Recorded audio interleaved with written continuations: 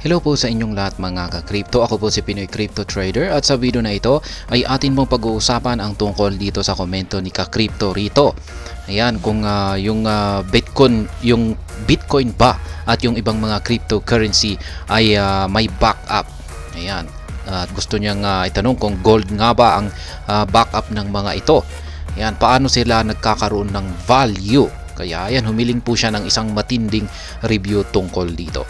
At ayan, bago po tayo magpatuloy, ay nais ko lamang po munang bigyang linaw ang aking disclaimer kung saan ang nilalaman po ng video na ito ay hindi po ito isang financial advice. For education and information purposes lamang po ang layunin nito. Maliban po dito ay nais ko na rin pong magbigay babala na wala pong kahit anumang group chat ang Pinoy Crypto Trader. Ayan, yan po ang mga gold. Kasi kapag mag-i-invest po tayo sa gold ay pwede po nating makuha mismo yung aktual na ginto katulad po nito.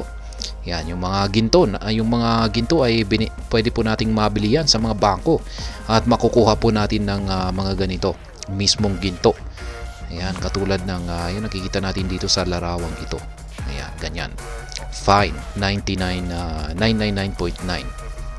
Yan, pwede natin itong itago, i-store natin sa ating mga safe storages.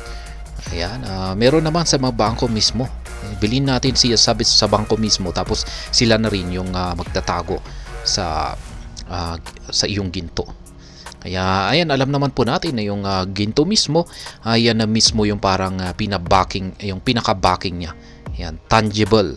Ayan, physical tangible yung kanyang backing. Yan. Pero paano naman yung mga cryptocurrencies? Yan. Ano ba yung mga backings nito? At yan po yung gustong malaman ni ka-crypto. Ayan, kung ano ba ang parang nagbibigay sa value nito. Kaya ayan, syempre maraming mga factors pagdating sa mga cryptocurrencies ang parang backing nito. Hindi lamang po tulad sa tulad sa ginto ay masasabi ko po ay yung tangible na mismong ginto. Siyempre yung supply at saka demand. Kaya yan po yung parang pinaka-backing niya.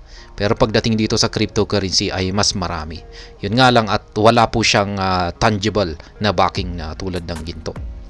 Kaya ayan, yung pinaka backing po talaga ng mga cryptocurrencies ay yung kanilang mga utility and use cases. Ito po yung mga gamit nila sa mga real world applications. Ayan, katulad na lamang yung payment system. Yan, kay XRP, siya po yung nangunguna na bilang isang payment processor. Ayan, kasi mabilis, mura. Ayan, halos na-replace na yung mga traditional na mga payment processors tulad ng yung mga traditional na tulad ng mga Western Union. Ayan, ang mahal ng mga transaction fee.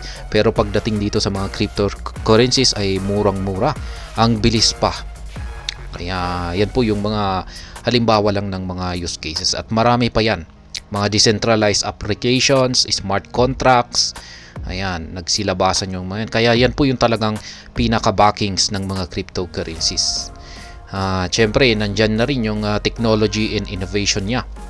Yan, tuloy-tuloy pa rin na nai-improve yung kanyang technology. Kaya siguro sa mga hinaharap ay meron na namang lalabas na panibagong mga developments nito. Developments ng mga cryptocurrencies.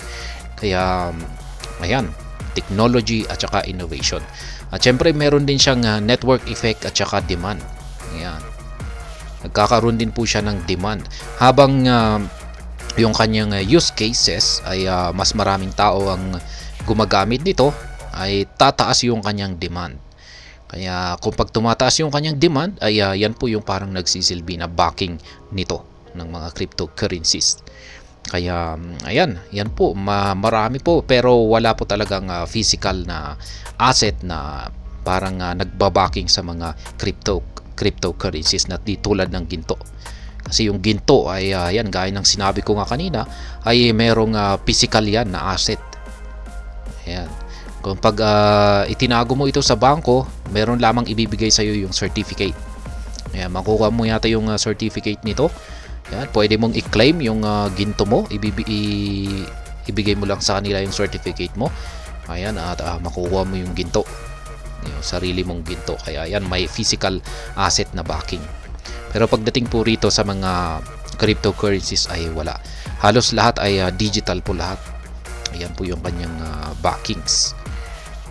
Kaya ayan, pero meron pong ilang mga cryptocurrencies ngayon yan na lumabas na rin. At ito po yung tinatawag nilang asset-backed cryptocurrencies. Kaya yan, yung karamihan, yung karaniwan ay yung asset-backed cryptocurrencies na ginagamit natin ay yung mga stable coins. Yan, yung mga USDT. Ayan, USDT, yan. Marami pang iba yung mga nakapeg sa $1 na fiat currencies. Yan, lahat po yan ay yan na rin po yung masasabi natin na parang asset backing ng mga cryptocurrencies. Kasi ayan, kung pag bumabagsak yung presyo ng isang cryptocurrencies ay pwede po muna nating ilagay sa mga stable coins para hindi po maapektuhan sa pagbagsak. Kaya ayan, yan po ang isang parang pinaka-backing ng mga cryptocurrencies. Pero meron pang iba. Ayan, meron na ring ibang mga cryptocurrencies na ang ginagamit nila ay yung mga precious metals. Ayan, katulad ng sinabi ni Ka-Crypto na ginto. Ayan, nandyan po. Gold, silver, at saka other metals. Ayan, other precious metals ay ginagamit na rin po ito bilang asset back para sa ibang mga cryptocurrencies. At syempre, meron din mga cryptocurrencies na asset back ng mga commodities. Ayan, tulad ng mga oil, real estate, at saka iba na rin mga tangible assets.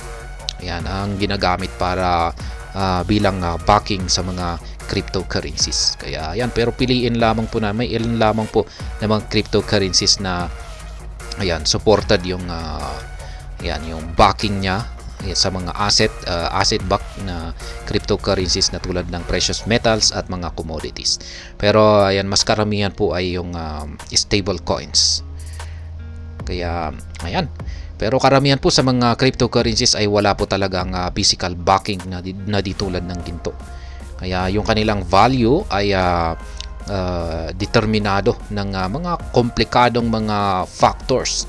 Yan, tulad ng kanilang mga network, technology, market sentiment, utility, at maging ang mga regulations.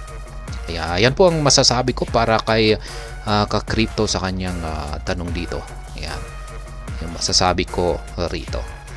At ayun, hanggang dito na lamang po tayo sa video na ito. Sana po ay inyong nagustuhan ang aking paliwanag dito. Kung inyo po itong nagustuhan ay pakiclick lamang po ang like button nito.